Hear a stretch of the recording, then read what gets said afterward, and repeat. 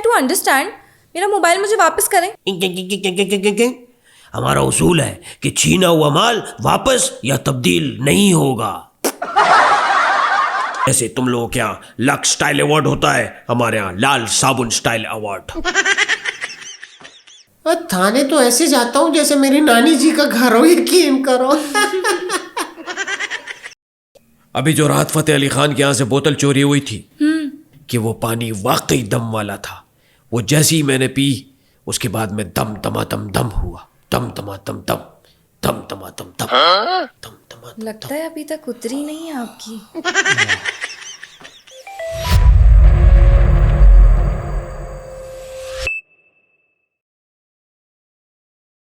आदाब नाजरीन, मैं हूं आपकी host Jenny and welcome to the brand new episode of Batti podcast.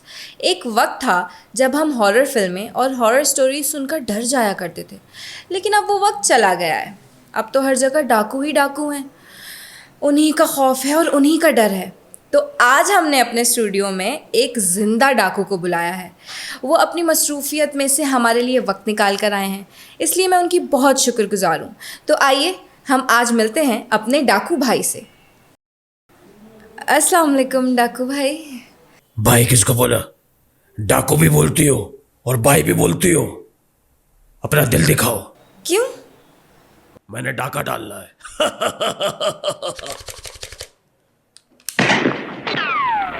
डाकू भाई आप फिक्र ना करें, मैं आपसे मोबाइल और सिम नहीं मांगूंगी। बस आप इतना ख्याल करिएगा कि मुझे 2 महीने की सैलरी नहीं मिली है और ये स्टूडियो का सारा सामान किराए का है, और कैमरे की आंख आपको देख रही है। अरे कैमरे की बहन का लॉन का सूट। आप वाकई डाकू है ना? क्योंकि मैंने कभी जिंदा डाकू नहीं देखा है। क्या कभी तुम्हारा मोबाइल नहीं छीना? कराची में तो मोबाइल स्नैचिंग से एक सौगात है, और जिसका मोबाइल नहीं छिनता उसका आईडी कार्ड ही नहीं बनता। तुम्हारा आईडी कार्ड बनाए लड़की? नहीं, ऐसा तो कभी नहीं हुआ मेरे साथ। मेरा मोबाइल तो मेरे पास ही है। ओहो, बेवकूफ लड़की, मुझे जल्दी से अपना मोबाइल दो। हाँ, तुम हमारी बदनामी करने जा रही हो, हैं? लोग क्या कहेंगे कि कराची में तुमसे एक लड़की रह गई जिसका तुमने मोबाइल नहीं छीना। ये हमारा रिकॉर्ड है कि कराची में हमने कोई एक शख्स नहीं छोड़ा जिसका मोबाइल न छीना हो। कराची में जिसका मोबाइल छीनिया ही नहीं, समझो वो जमिया ही नहीं। एक्सक्यूज मी डाकू भाई, आप मेरी पॉडकास्ट पे आए हैं। हाँ। आप इस तरह से मेरा मोबाइल नहीं छीन सकते। Please try to understand. मेरा मोबाइल मुझे वापस करें। इश, हमारा उसूल है कि छीना हुआ माल वापस या तब्दील नहीं होगा। अच्छा, आपका फैमिली बैकग्राउंड क्या है? गब्बर मेरा दादा था, सांबा मेरा नाना था, और फुलन देवी मेरी गर्लफ्रेंड थी। लेकिन उसको एक डाकू कबीले वाले उठाकर हमेशा के लिए मुझसे जुदा करके ले गए। फिर क्या? गट गट गट गट गट गट गट। मतलब फिर फायरिंग हुई। हमने बहुत सारे धमाके किए, लेकिन फुलन देवी मुड़कर नहीं आई। अच्छा, आपके यहाँ कबीले भी होते हैं? हाँ, हमारे बहुत सारे कबीले हैं और उनके बीच में अवार्ड शो होता है, और हम मेरिट पर अवार्ड देते हैं। तुम लोगों की तरह चोरी का अवार्ड नहीं देते, ईमानदारी से देते हैं। तो फिर तो कोई स्पॉन्सर भी होता होगा? हाँ, जैसे कि तुम लोगों के यहाँ लक्स स्टाइल अवार्ड है, हमारे यहाँ लाल साबुन स्टाइल अवार्ड। आपके घर वालों में से कभी किसी ने आपको रोका नहीं डाकू बनने से? रोकेगा कौन कमबख्त, सभी इसी काम में लगे हुए हैं, कोई आगे तो कोई पीछे। इसकी इब्तिदाई तालीम मेरी दादी और मेरे ताया अब्बू ने मुझे दी। उसके बाद मेरे चाचू से मेरी दादी ने कहा कि भाई शहजादे को भी कुछ मर्डर वर्डर करवाओ, कुछ सिखाओ। उसके बाद मेरे चाचू ने मुझे सिखाया, तब से ही मैं अपने बड़ों का नाम रोशन कर रहा हूँ। कटकट कटकट कटकट। आप इतने बड़े डाकू हैं, करियर में इतनी डकैतियां की हैं, तो आप डरते छुपते क्यों शहरियों को मारते फिरते हैं? सीना तान के क्यों नहीं घूमते? पता नहीं क्यों ऐसा लगता है कि बचपन में किसी ने मुझसे मेरी दौलत छीन ली हो, इसलिए बड़ा होकर लोगों से वो दौलत सारी मैं वापस समेट रहा हूं।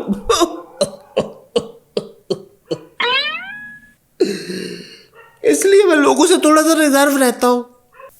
आपकी आवाज को क्या हुआ? ये जब मेरे ऊपर जज्बात जारी हो जाते हैं ना, और मैं जब गुस्से में आता हूँ तो मेरी आवाज पतली हो जाती है। तो आपको कभी पुलिस से डर नहीं लगा? अभी लास्ट टाइम आपने एक पुलिस वाले को मारा था। आप किसी खलनायक से मुतासिर हैं या फिर कोई पर्सनल दुश्मनी थी आपकी उस? मैं जब भी गिरफ्तार हो गया ना, जब जेल जाता हूँ ना, तो जेल के दरवाजे पे खड़ा होकर ना वो जेलर मुझसे एंट्री कराता है। मुझे कहता है कि अपना नाम बताओ। नाम लिखता है, उसके नीचे जो है ना लिखता है कि अब्बू का नाम क्या है। फिर पूछता है कि अबे तेरा बाप क्या करता है? तो मैं बोल रहा हूँ अबे यार मुझे क्या पता यार, मैं तो जल्दी सो जाता हूँ शुरू से। वैसे डाकू भाई, पुलिस हमारी मारती 10 है और गिनती 1 है। आपको पुलिस ने कितनी दफ़ा गिरफ्तार किया? थाने तो ऐसे जाता हूँ जैसे मेरी नानी जी का घर हो, यकीन करो। वैसे पुलिस वाले बहुत ख्याल रखते हैं हमारा। और जेल में कैसा माहौल मिलता है आपको? जेल में तो मैं बहुत सेट रहता हूँ। न वहाँ गैस जाती है, न बिजली जाती है, न पेट्रोल महंगा होता है। वहाँ कोई टेंशन नहीं होती। गिरफ्तारी के बाद आप जेल से छूटते कैसे हैं? थाने में रेट लिस्ट लगी है। 100 रुपए में वो गिरबान छोड़ते हैं, 400 रुपए में बाल छोड़ते हैं, 1000 रुपए में नई चमकती हुई मोबाइल घर पे छोड़ती है। इंसान अगर अच्छा होता है तो सब कुछ ठीक होता है। पुलिस वाले तो बेचारे बहुत अच्छे हैं। कई मर्तबा मेरे पास आए और मुझे कहने लगे कि साथ मिलकर काम करते हैं। मैं जो भी काम करता हूं कानून के दायरे में रहकर करता हूं। अभी तो मैं अपना ऑफिस भी बना रहा हूं। अगर आप कोई ब्रांड होते ना तो मैं फिर भी आपकी बात मान लेती, लेकिन डाके और ऑफिस दोनों एक साथ, मैं समझ नहीं पा रही आपकी बात। आपकी दुआ से 15 साल से डाके डाल रहा हूं। डाका डालते हुए अपना पंफलेट में जरूर फेंक के जाता हूं ताकि लोगों के दिलों के अंदर खौफ रहे। क्रिकेट टीम से ज्यादा तगड़ा रिकॉर्ड है मेरा। 999 डाके डाल रहे हैं मैंने आज तक। एक मर्तबा भी रंगे हाथों नहीं पकड़ा गया आपका भाई। 100% रिकॉर्ड है मेरा। तो डाका डालना आपने कब से शुरू किया? अपने करियर के बारे में कुछ बताएं। बहुत अच्छा सवाल किया तुमने। 10 साल की उम्र में मैं मस्जिद से चप्पल चोरी करता था। उसके बाद थोड़ा सा बड़ा हुआ तो जेबें काटी मैंने। उसके बाद थोड़ा और बड़ा हुआ तो दिल चुराए मैंने। आज आपके सामने इज्जत से बैठा हूं। कोई कह देना कि मैं डाकू हूं तो अभी ठंडा कर दूंगा उसको। हैं? डाकू? चल डाकू। वैसे तो बातचीत से आप पढ़े लिखे लगते हैं। कभी कॉलेज की शक्ल देखी है आपने? बिल्कुल, लॉ किया है मैंने। और छोटे मोटे केसेस तो मैं खुद ही लड़ लेता हूं। और जो केस में लड़ नहीं सकता तो फिर वो टीटी है ना। टीटी? इसका क्या मतलब होता है? टिश्यू। आज अगर हमारे अब्बा जान होते तो बहुत खुश होते। तो आपके अब्बा जान भी, मेरा मतलब है आपके अब्बा जान क्या करते थे? अब्बा मेरे कारोबारी थे। उन्हें हमेशा से डाका और डाकुओं से डर लगा रहता था। फिर एक दिन उन्हें आइडिया आया। उन्होंने डाकुओं से बचने के लिए सिक्योरिटी गार्ड रख लिए? नहीं, फिर वो भी डाकू बन गए। माल भी महफूज और वो भी महफूज। हमारी अम्मा हमेशा मेरी बलाएं लेते हुए यही कहती थी कि हाय अब्बा पर गया है लौंडा, अब्बा पर गया है। बड़ी दुख भरी दास्तान है वैसे आपकी। मैं तो ये समझी थी कि आप रॉबिन हुड की तरह बड़े रहमदिल होंगे। मतलब अमीरों से लूट कर गरीबों में बांटेंगे। Robin hood? रॉबिन हुड का असल नाम रब नवाज है और वो मेरे चचा का बेटा है।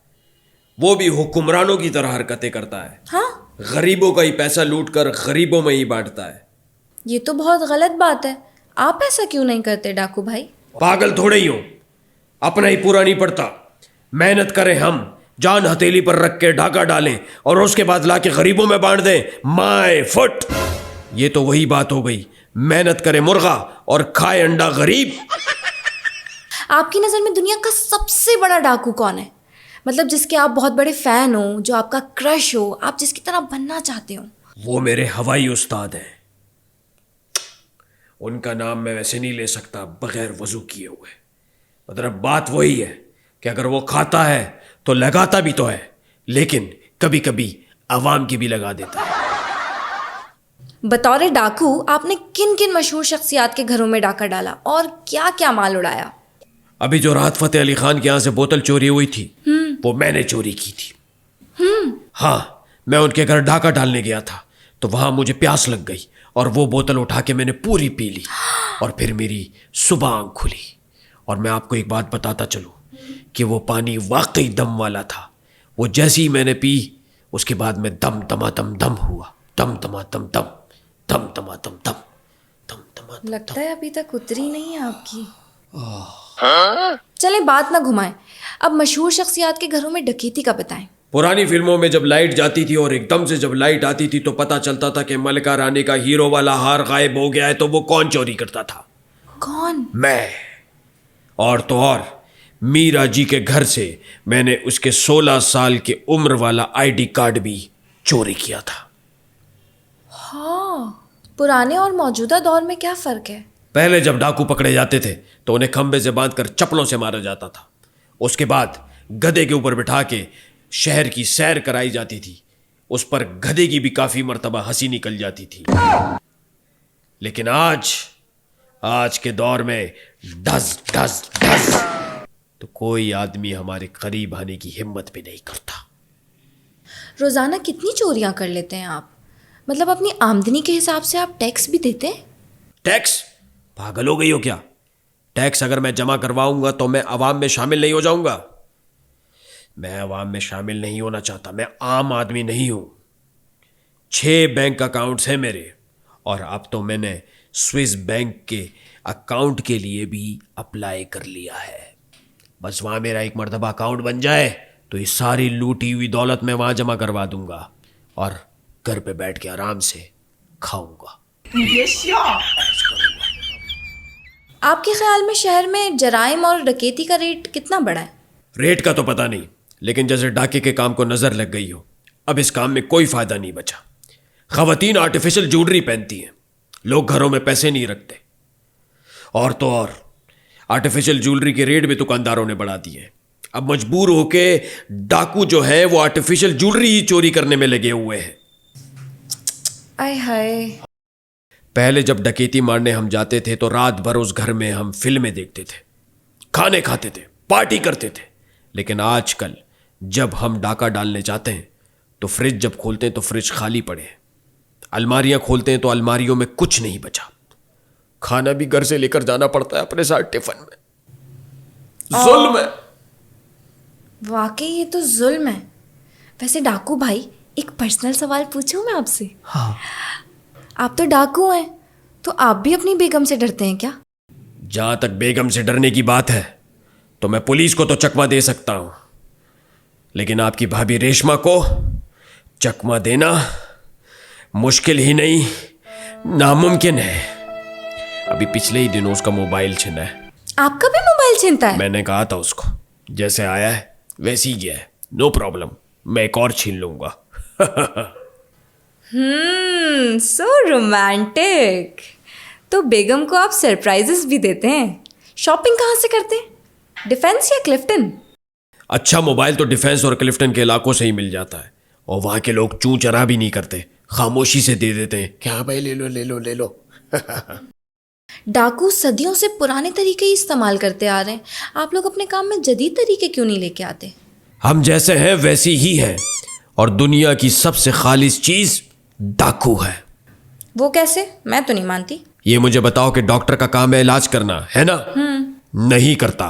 पुलिस का काम है जराइम पर काबू करना, नहीं करता। वाहिद हम डाकू ही हैं जो सच्चे दिल के साथ, ईमानदारी के साथ सिर्फ और सिर्फ डाका डालते हैं। डाकू भाई, अपना तरीका वारदात भी लोगों को बताएं। बाकी बातें करके तो आपने मेरा दिल जीत लिया। दिल विल की बातें छोड़ो, प्रोग्राम खत्म हो गया। जल्दी से एक्स्ट्रा दो और ये सारी चीजें उतारो। मेरा मतलब है ज्वेलरी, घड़ी, सब कुछ। शाबाश, बहुत कर लिया मजाक। करो करो करो, एक्स्ट्रा करो, शाबाश, जल्दी। और नाजरीन, आपने देखा हमारे डाकू भाई को, और मैं तो बस जल्दी से चली क्योंकि मैं अभी लौटने वाली हूँ। बस एक रिक्वेस्ट है आपसे, प्लीज़ बत्ती पॉडकास्ट को सब्सक्राइब करना मत भूलिएगा, और मुझे दीजिए इजाज़त। अल्लाह हाफ़िज़। उतारो, जल्दी उतारो, जल्दी उतारो।